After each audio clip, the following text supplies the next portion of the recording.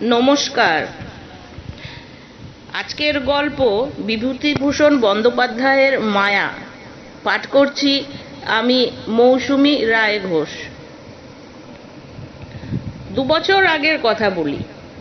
এখনো অল্প অল্প যেন মনে পড়ে, সব ভুল হয়ে যায়। কি করে এলাম এখানে? বগুলা থেকে রাস্তা চলে গেল সিঁধরানির দিকে। চলি সেই রাস্তা ধরেই। রাঁধুনি বামুনের চাকরিটুকু ছিল অনেক দিনের, আজ তা গেল। যাক, তাতে কোনো দুঃখ নেই। দুঃখ এই অবিচারে চাকরিটা গেল। ঘি চুরি আমি করিনি, কে করেছে আমি তাও জানি না, অথচ বাবুদের বিচারে আমি দোষী সাব্যস্ত হলাম। শান্তিপাড়া সর্ষে বেজের ডাঙা পার হতে বেলা দুপুর ঘুরে গেল। খিদেও বেশ পেয়েছে। জোয়ান বয়স, হাতে সামান্য কিছু পয়সা থাকলেও খাবার দোকান এ পর্যন্ত এসব অজপাড়াগায় চোখে পড়ল না। রাস্তার এক জায়গায় ভারী চমৎকার একটা পুকুর। স্নান করতে আমি চিরকালই ভালোবাসি। পুকুরের ভাঙা ঘাটে কাপড় নামিয়ে রেখে জলে নামলাম। জলে অনেক পানা শ্যাওলা, সেগুলো সরিয়ে পরিষ্কার জলে রাশ ভরে ডুব দিলাম।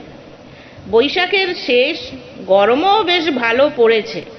স্নান করে সত্যি ভারী তৃপ্তি হলো। পুকুরের ধারে একটা তেঁতুল গাছের ডালে ভিজে কাপড় রোদে দিলাম।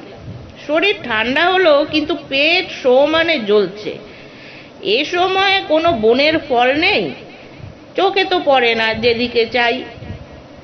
এমন সময় একজন বুড়ো লোক পুকুরটাতে নাইতে আসছে দেখা গেল। আমাকে দেখে বললে, বাড়ি কোথায়?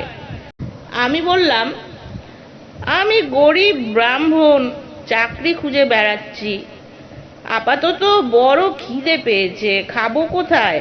আপনি কি সন্ধান দিতে পারেন? বুড়ো লোকটি বললে, রসো নেনি, সব ঠিক করে দিচ্ছি। স্নান সেরে উঠে লোকটি আমাকে সঙ্গে নিয়ে গ্রামের মধ্যে ঢুকে জঙ্গলে ঘেরা একটা পুরনো বাড়িতে ঢুকলো। বললে, আমার নাম নিবারণ চক্রবর্তী। এ বাড়ি আমার, কিন্তু আমি এখানে থাকি নে। কলকাতায় আমার ছেলেরা ব্যবসা করে, শ্যামবাজারে ওদের বাসা। এত বড় বাড়ি পড়ে আছে, আর সেখানে মাত্র 3খানা ঘরে আমরা থাকি। কি কষ্ট বলো দিকি। আমি মাসে মাসে একবার আসি, বাড়ি দেখাশুনো করি। ছেলেরা ম্যালেরিয়ার ভয় আসতেই চায় না। মস্ত বড় বাগান আছে বাড়ির পেছনে, তাতে সব রকম ফলের গাছ আছে, 12 ভূতে খায়। তুমি এখানে থাকবে? বললাম, থাকতে পারি। কি কাজ করতে? রাঁধুনির কাজ। যে কদিন এখানে আছি সে কদিন এখানে রাঁধো, দুজনে খাই। খুব ভালো। আমি রাজি হয়ে যেতে লোকটা হঠাৎ যেন ভারী খুশি হলো। আমার খাওয়ার ব্যবস্থা করে দিলে তখনই। খাওয়া দাওয়ার পরে আমাকে একটা পুরনো মাদুর আর একটা মোটা তাকিয়া বালিশ দিয়ে বললে, বিশ্রাম করো। পথ হেঁটে বড় ক্লান্ত হয়ে পড়েছিলাম। ঘুমিয়ে যখন উঠলাম, বেলা তখন নেই। রাঙা রোদ, বড় বড় গাছপালার উঁচু ডালে। এরই মধ্যে বাড়ির পিছনের জঙ্গলে শেয়ালের ডাক শুরু হলো। আমি বাড়ির বাইরে গিয়ে এদিক ওদিক খানিকটা ঘুরে বেড়ালাম। যেদিকে চাই সেদিকেই পুরনো আম কাঁঠালের বন আর জঙ্গল। কোনো লোকের বাড়ি নজরে পড়ল না। জঙ্গলের মধ্যে এক স্থানে কেবল একটা ভাঙা দেউল দেখতে পেলাম। তার মধ্যে উঁকি মেরে দেখি শুধু চামচিকের আড্ডা। ফিরে এসে দেখি বুড়ো নিবারণ চক্রবর্তী বসে তামাক খাচ্ছে। আমায় বললে, চা করতে জানো? একটু চা করো, চিড়ে ভাজো, তেল নুন মেখে কাঁচা লঙ্কা দিয়ে খাওয়া যাবে। সন্ধ্যার পর বললে, ভাত চড়িয়ে দাও, সরু আতপ আছে, গাওয়া ঘি আছে, আলু ভাতে ভাত, ব্যাস, যে আজ্ঞে।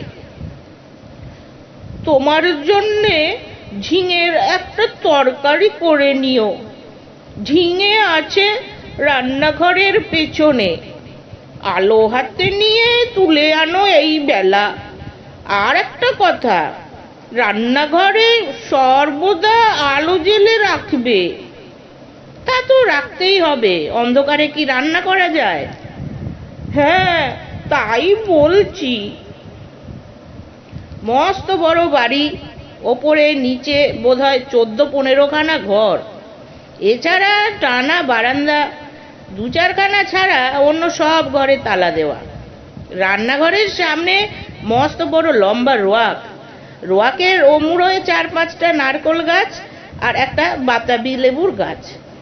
ঝিঙে তুলতে হলে এই লম্বা রোয়াকের ওমুড়োয় গিয়ে আমায় উঠোনে নামতে হবে, তারপর ঘুরে রান্নাঘরের পিছন দিকে যেতে হবে। তখনও সম্পূর্ণ অন্ধকার হয়নি। আলোর দরকার নেই ভেবে আমি এমনি শুধু হাতেই ঝিঙে তুলতে গেছিলাম। বাবা, কি আগাছার জঙ্গল রান্নাঘরের পেছনে! বুনো ঝিঙে গাছ, যাকে এঁটো গাছ বলে, অর্থাৎ এমনি বীজ পড়ে যে গাছ হয় তাই। অনেক ঝিঙে ফলেছে দেখে বেছে বেছে কচি ঝিঙে তুলতে লাগলাম। হঠাৎ আমার চোখে পড়ল একটি বউমতো কে মেয়ে ছেলে আমার সামনাসামনি 1/10 দূরে ঝোপের মধ্যে নিচু হয়ে আধঘোমটা দিয়ে আমারই মতো ঝিঙে তুলছে।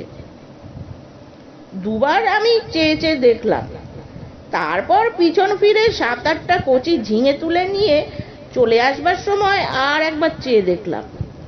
দেখি বউটি তখনও ঝিঙে তুলছে। নিবারণ চক্রবর্তী বললে, ঝিঙে পেলে? আগে হ্যাঁ, অনেক ঝিঙে হয়ে আছে, আরো একজনকে তুলছিল। নিবারণ বিস্ময়ের সুরে বললে, কোথায়?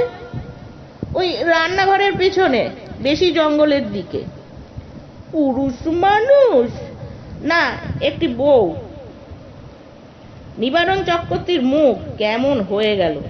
বললে, কোথায় বউ? চলো দিকে গিয়ে। আমি ওকে সঙ্গে করে রান্নাঘরের পিছনে দেখতে গিয়ে দেখি কিছুই না। নিবারণ বললে, কই বউ? ওই তো ওখানে ছিল, ওই ঝোপটার কাছে। যত সব, চলো চলো, দিন দুপুরে বউ দেখলে অমনি। আমি একটু আশ্চর্য হলাম। যদি একজন পাড়াগাঁয়ের বউঝি দুটো জঙ্গলি ঝিঙে তুলতে এসেই থাকে, তবে তাতে খাপ পাওয়াবার কি আছে ভেবে পাইনি। তাছাড়া আজ না হয় উনি এখানে আছেন, কাল যখন কলকাতায় চলে যাবেন তখন বুনো ঝিঙে কে চৌকি দেবে? রাত্রে খাওয়া দাওয়ার পর চক্রবর্তী বুড়ো আবার সেই ঝিঙে চুরির কথা তুললে। বললে, আলো নিয়ে যাওনি কেন ঝিঙে তুলতে? তোমায় আমি আলো হাতে নিয়ে যেতে বলেছিলাম, মনে আছে? কেন তো যাওনি? আমি বুঝলাম না কি তাতে দোষ হলো।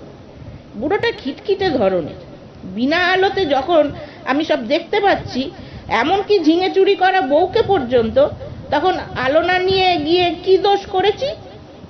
বুড়ো বললে, না না, সন্ধ্যার পর সর্বদা আলো কাছে রাখবে। কেন? তাই বলছি। তোমার বয়স কত?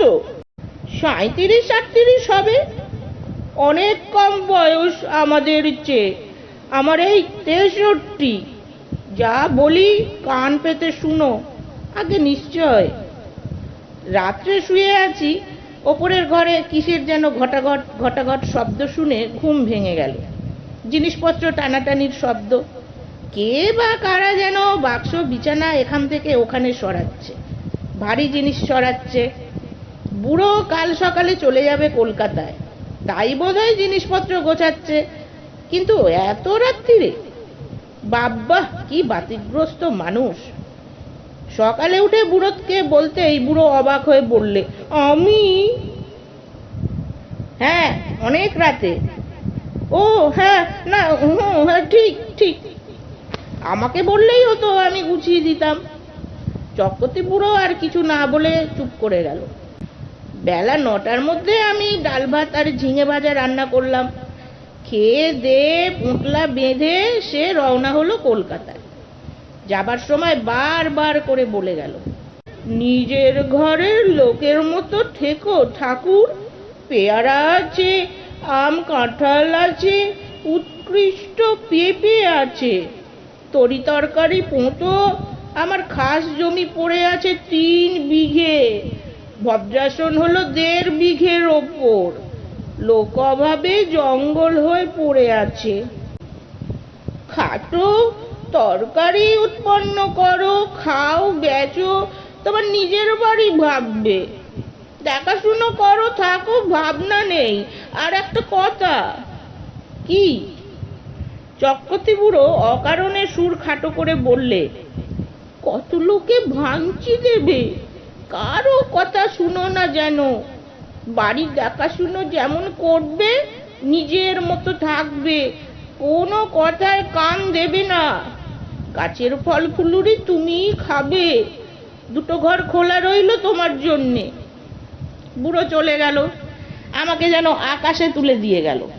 আরে এত বড় বাড়ির বড় বড় 2খানা ঘর আমার ব্যবহারের জন্য রয়েছে, তাছাড়া বারান্দা, রান্নাঘর, রোয়াক তো আছেই। বাড়িতে পাতকুয়ো, জলের কষ্ট নেই, শুকনো কাঠ যথেষ্ট, কাঠের কষ্ট নেই। 10টা টাকা আগাম দিয়ে গিয়েছে বুড়ো, প্রায় 1/2 মণটা সরু আতপ চালও আছে। গাছ ভরা আম, জাম, কাঁঠাল, এ যেন ভগবানের দান আকাশ থেকে পড়লো হঠাৎ। বিকেলের দিকে তেল নুন কিনবো বলে মুদির দোকান খুঁজতে বেরুলাম। বাপ রে, কি বন জঙ্গল গাঁখানার ভেতরে! আর এদের যেখানে বাড়ি, তার সীমানায় কি কোনো লোকালয় নেই? জঙ্গল ভেঙে সুড়িপথ ধরে 1/2 মাইল যাওয়ার পর একজন লোকের সঙ্গে দেখা হলো। সেও তেল কিনতে যাচ্ছে, হাতে তেলের ভাঁড়। আমায় দেখে বললে, বাড়ি কোথায়? এখানেই আছি, নিবারণ চক্রবর্তীর বাড়ি। নিবারণ চক্রবর্তী? কেন? দেখাশুনো করি, কাল এসেছি। ও বাড়িতে থাকতে পারবে না। কেন? এই বলে দিলাম, দেখে নিও। কত লোক ও বাড়িতে এলো গেল, ওরা নিজেরাই থাকতে পারে না, তা অন্য লোক। ও বাড়ির ছেলে বউয়েরা কসমিন কালেও ও বাড়িতে আসে না। কেন? তা কি জানি। ও বড় ভয়ানক বাড়ি। তুমি বিদেশি লোক, খুব সাবধান। আর কিছু না বলে লোকটা চলে গেল। আমি দোকান খুঁজে জিনিস কিনে বাড়ি ফিরলাম। তখন বিকেল গড়িয়ে গিয়ে সন্ধ্যা নামছে। দূর থেকে জঙ্গলের মধ্যেকার পুরনো উঁচু দোতলা বাড়িখানা দেখে আমার বুকের ভেতরটা ছ্যাঁচ করে উঠল। সত্যি, বাড়িখানার চেহারা কি রকম যেন। ও যেন একটা জীবন্ত জীব, আমার মতো ক্ষুদ্র লোককে যেন গিলে ফেলবার জন্য হাত বাড়িয়ে এগিয়ে আসছে। অমনতর ওর চেহারা কেন? কিছু না, লোকটা আমার মন খারাপ করার জন্যই দায়ী। আমি যখন তেল নুন কিনতে যাই, তখন আমার মনে দিব্যি ফুর্তি ছিল। হঠাৎ এমন হওয়ার কারণ হচ্ছে ওই লোকটার ভয় দেখানো কথাবার্তা। গায়ে পড়ে অত হিত করবার দরকার কি ছিল বাপু তোমার? চক্রবর্তী বুড়ো তো বলেই গিয়েছে, কত লোক কত কথা বলবে, কারো কথায় কান দিও না। কিছু না, গাছপালার ফল ফুলুরি গায়ের লোক চুরি করে খায় কি না? বাড়িতে একজন পাহারাদার বসালে লুটপাট করে খাওয়ার ব্যাঘাত হয়, সেই জন্যেই ভয় দেখানো। যেমন ওই বউটি কাল সন্ধ্যেবেলা ঝিঙে চুরি করছিল। অনেকদিন এমন আরামে থাকিনি। বিনা খাটুনিতে পয়সা রোজগারের এমন সুযোগ জীবনে কখনো ঘটেনি। নিজের জন্য 2টো রান্না, মিটে গেল কাজ।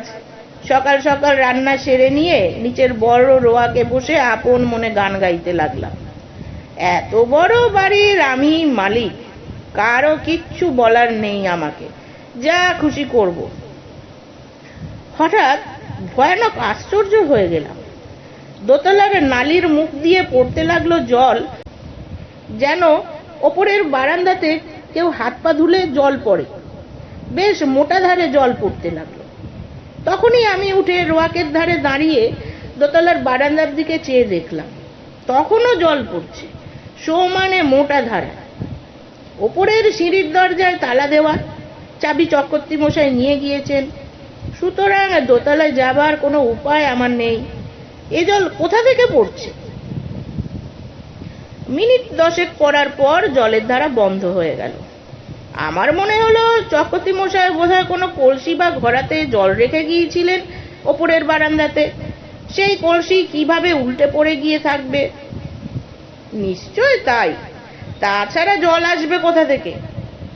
একটু পরে গিয়ে শুয়ে পড়লাম। আলো নিভিয়ে শুয়ে পড়বার সঙ্গে সঙ্গে আমার চোখে ঘুম জড়িয়ে এলো। অনেক রাত্রে একবার ঘুম ভেঙে গেল। জানালা দিয়ে বেশ সুন্দর জ্যোৎস্না এসে পড়েছে বিছানায়। কি একটা ফুলের গন্ধও আসছে, বেশ সুবাস ফুলের। কি ফুল?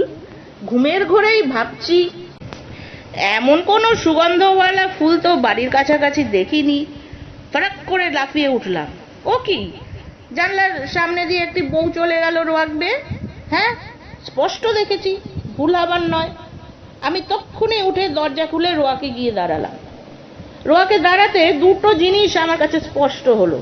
প্রথম, সেই ফুলের সুবাসটা রোয়াকে অনেকখানি ঘন। ওই বউটি যেন এই সুবাস ছড়িয়ে দিয়ে গেল এই কতক্ষণ। না, কোনো ফুলের সুবাস নয়। এ কিসের সুবাস তা আমার মাথায় আসছে না। কেমন একরকম যেন লাগছে, একরকম নেশার মতো। কেন আমি বাইরে এসেছি? ও, কে একটি বউ রোয়াক বেয়ে খানিক আগে চলে গিয়েছিল, সেই ছড়িয়ে গিয়েছে এই তীব্র সুবাস। কিন্তু কোনো দিকে নেই তো, সে গেল কোথায়? সে রাত্রে সেই পর্যন্ত। কতক্ষণ পরে ঘরে এসে শুয়ে ঘুম। সকালে উঠে মনে হলো সব স্বপ্ন। মনটা বেশ হালকা হয়ে গেল। কাজকর্মে ভালো করে মন দিলাম। বন জঙ্গল কেটে কিভাবে তরিতরকারির আবাদ করব সেই আলোচনা করতে লাগলাম মনের মধ্যে। একটা অসুবিধে এখানে থাকবার, বড্ড নির্জনে থাকতে হয়। কাছাকাছি যদি একঘর লোকও থাকতো তবে এ কষ্ট হতো না। কথা বলবার একটা লোক নেই, এই হলো মহাকষ্ট। সেদিন দুপুরে এক ঘটনা ঘটল। আমি ভাত নামিয়ে হাঁড়ি রাখতে যাচ্ছি, এমন সময় দোতলার বারান্দাতে অনেক লোক যেন একসঙ্গে হেসে উঠল। সে কি ভীষণ অট্টহাসি! আমার গা যেন দোল দিয়ে উঠল সে হাসি শুনে। খিলখিল করে হাসি নয়, খলখল করে হাসি। আকাশ বাতাস থমথমিয়ে উঠল সে হাসির শব্দে। ভাত ফেলে রেখে দৌড়ে গেলাম। রোয়াকে গিয়ে ওপরের দিকে দেখি কিছুই না। নিচের জানলা যেমন বন্ধ, ওপরের ঘরে সারবন্দি জানলা তেমনি বন্ধ। হাসির লহর তখন থেমে নিশ্চুপ হয়ে গিয়েছে। ব্যাপার কি? কোনো বদমাইশ লোকের দল ওপরে আড্ডা বেঁধেছে? ওপরের সিঁড়ির মুখে গিয়ে দেখি দরজায় তেমনি কুলুপ ঝুলছে। আমার ভয় হয়নি, কেননা দিনমান, চারিদিকে সূর্যের আলো। এ সময় মনের মধ্যে কোনো ভূতের সংস্কার থাকে না। এই হাসি যদি আমি রাত্রে শুনতাম তবে বোধ হয় ভয় অজ্ঞান হয়ে যেতাম। চাবি দিয়ে দাঁত খুলতে হতো। রান্নাঘরে ফিরে এসে ভাতের ফ্যান গেলে ঝিঙের তরকারি চাপিয়ে দেই। প্রচুর ঝিঙে জঙ্গলে ফলেছে, যত ইচ্ছে তুলে নিয়ে যাও। আমারই বাড়ি, আমারই ঝিঙে লতা। মালিক হওয়ার এ একটা মাদকতা আছে, তা কাল থেকে বুঝছি। আমার মতো গরিব বামুনের জীবনে এমন জিনিস এই প্রথম। কান পেতে রইলাম ওপরের ঘরের কোনো শব্দ আসে কিনা শুনতে। ছুঁচ পড়বার শব্দও পেলাম না। খেয়ে দিয়ে নিজের মনে বিছানায় গিয়ে শুয়ে ঘুমিয়ে পড়েছি। ঘুমের ঘরে শুনছি ঘরের মধ্যে অনেক লোক কথাবার্তা বলছে, হাসছে। ঘুমের মধ্যেও আমি ওদের কথাবার্তা যেন শুনছি। যেমন কোনো বিয়ে বাড়িতে ঘর ভর্তি লোকের মধ্যে ঘুমিয়ে পড়লে লোকজনের গলার শব্দ ঘুমের মধ্যেও পাওয়া যায়। হয়তো সবটাই আমার মনের ভুল। মনের সেই যে ভাব হয়েছিল হাসি শুনে, তারই ফল। এরপর 9 দিন আর কোনো কিছু ঘটেনি। মানুষের মনের অভ্যাস, অপ্রীতিকর জিনিসগুলো তাড়াতাড়ি দিব্যি ভুলে যেতে চায়, পারেও ভুলে যেতে। আমি নিজের মনকে বোঝালুম ওসব কিছু না, কি শুনতে কি শুনেছি, বউ দেখা চোখের ভুল, হাসি শোনাও কানের ভুল, সব ভুল।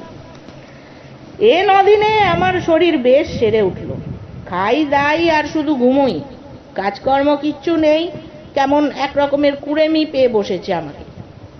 আমি সাধারণত খুব খাটিয়ে লোক, শুয়ে বসে থাকতে ভালোবাসি নে, কিন্তু অনেক দিন ধরে অতিরিক্ত খাটুনির ফলে কেমন এক রকমের অবসাদ এসে গিয়েছে, শুধুই আরাম করতে ইচ্ছা হয়। 9 দিনের দিন বিকেলে মনে হলো রান্নাঘরের পিছনে সেই ঝিঙের জঙ্গলটা কেটে একটু পরিষ্কার করি, ঝিঙের লতাগুলো বাঁচিয়ে অবশ্য। ওখানে ঝালের চারা পুঁতবো, আর একটা চাল কুমড়োর এঁটো লতা হয়েছে ওই জঙ্গলের মধ্যে, সেটা বাঁশের কঞ্চি দিয়ে রান্নাঘরের ছাদে উঠিয়ে দেব।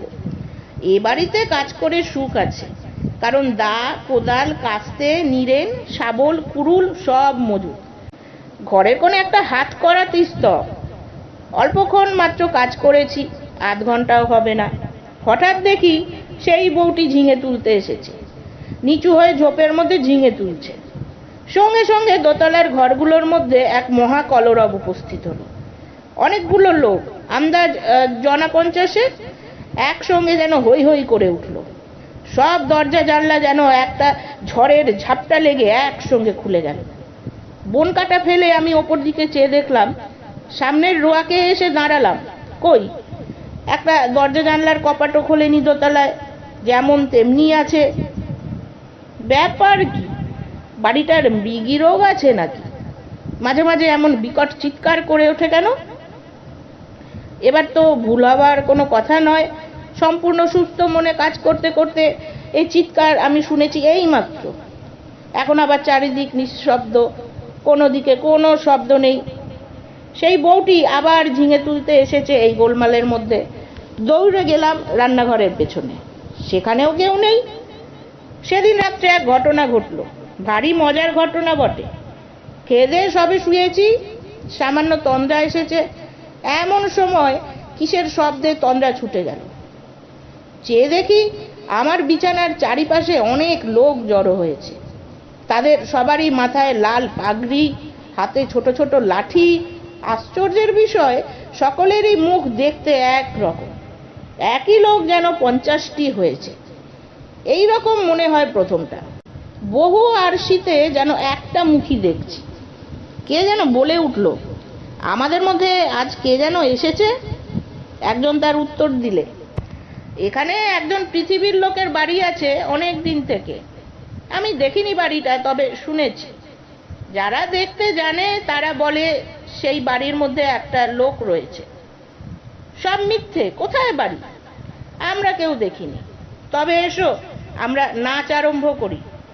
বাপরে বাপ, কথায় বলে ভূতের নেত্য, শুনেই এসেছিলাম এতদিন, এইবার সচক্ষে দেখলাম। সে কি কাণ্ড!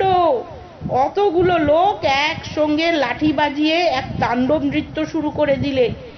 আমার দেহের মধ্যে দিয়ে কতবার যে এলো গেল, তার সঙ্গে সঙ্গে বিকট চিৎকার আর হল্লা। আমার বিছানার বা আমার কোনো অংশ তারা স্পর্শ করলো না। আমি যে সেখানে আছি তাও যেন তারা জানে না। ওদের হুঙ্কার আর ভৈরব নৃত্যে আমি জ্ঞান শূন্য হয়ে গেলাম। যখন জ্ঞান হলো, তখন শেষ রাত্রের জ্যোৎস্না খোলা জানলা দিয়ে এসে বিছানায় পড়েছে। সেই ফুলের অতি মৃদু সুবাস ঘরের ঠান্ডা বাতাসে। আমি আধ অচেতন ভাবে জানলার বাইরে জ্যোৎস্না মাখা গাছপালার দিকে চেয়ে রইলাম। কতক্ষণ পরে জানি না, ভোর হয়ে গেল। বিছানা ছেড়ে উঠে দেখি ঘুমের কোনো ব্যাঘাত হয়নি। সুনিদ্রা হলে শরীর যেমন ঝরঝরে আর সুস্থ হয়, আমি তেমনি বোধ করছি। তবে সে ভূতের নাচ কে দেখেছিল? সে নাচ কি তবে ভুল? খেয়ে দে পরম আরামে শুয়ে ঘুমিয়ে পড়ে স্বপ্ন দেখেছি? তাই যদি হয়, তবে এই শেষ রাত্রের ঠান্ডা বাতাসে যে ফুলের সুবাস পেয়েছি, তা কোথা থেকে এলো? সেই বউটি যখন চলাফেরা করে তখনই অমন সুবাস ছড়ায় বাতাসে। সুবাসটা ভুল হতে পারে না। এখনো সে গন্ধ আমার নাকে লেগে রয়েছে।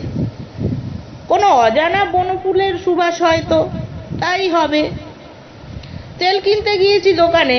দোকানি বললে, কিরকম আছো? বলি, কিছু দেখেছো নাকি? না। শুনছো কিছু? না। তুমি দেখছি সাধু লোক, টুকটাক জানো নাকি ভূতের মন্তর? তেল দাও, চলে যাই, ওসব বাজে কথা।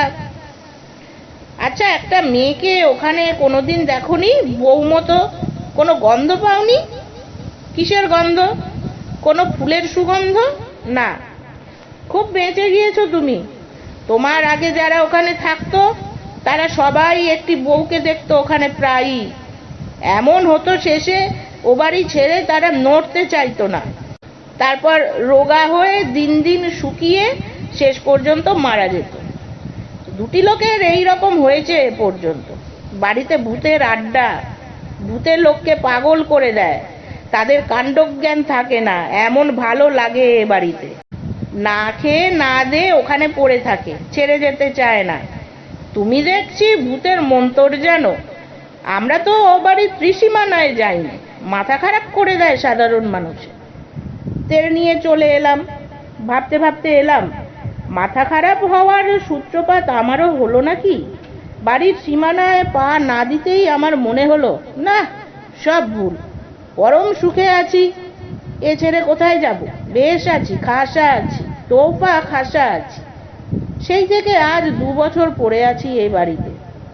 চক্রবর্তী মশাই মাইনে টাইনে কিছুই দেয় না, তাতে আমার কিছু আসে যায় না।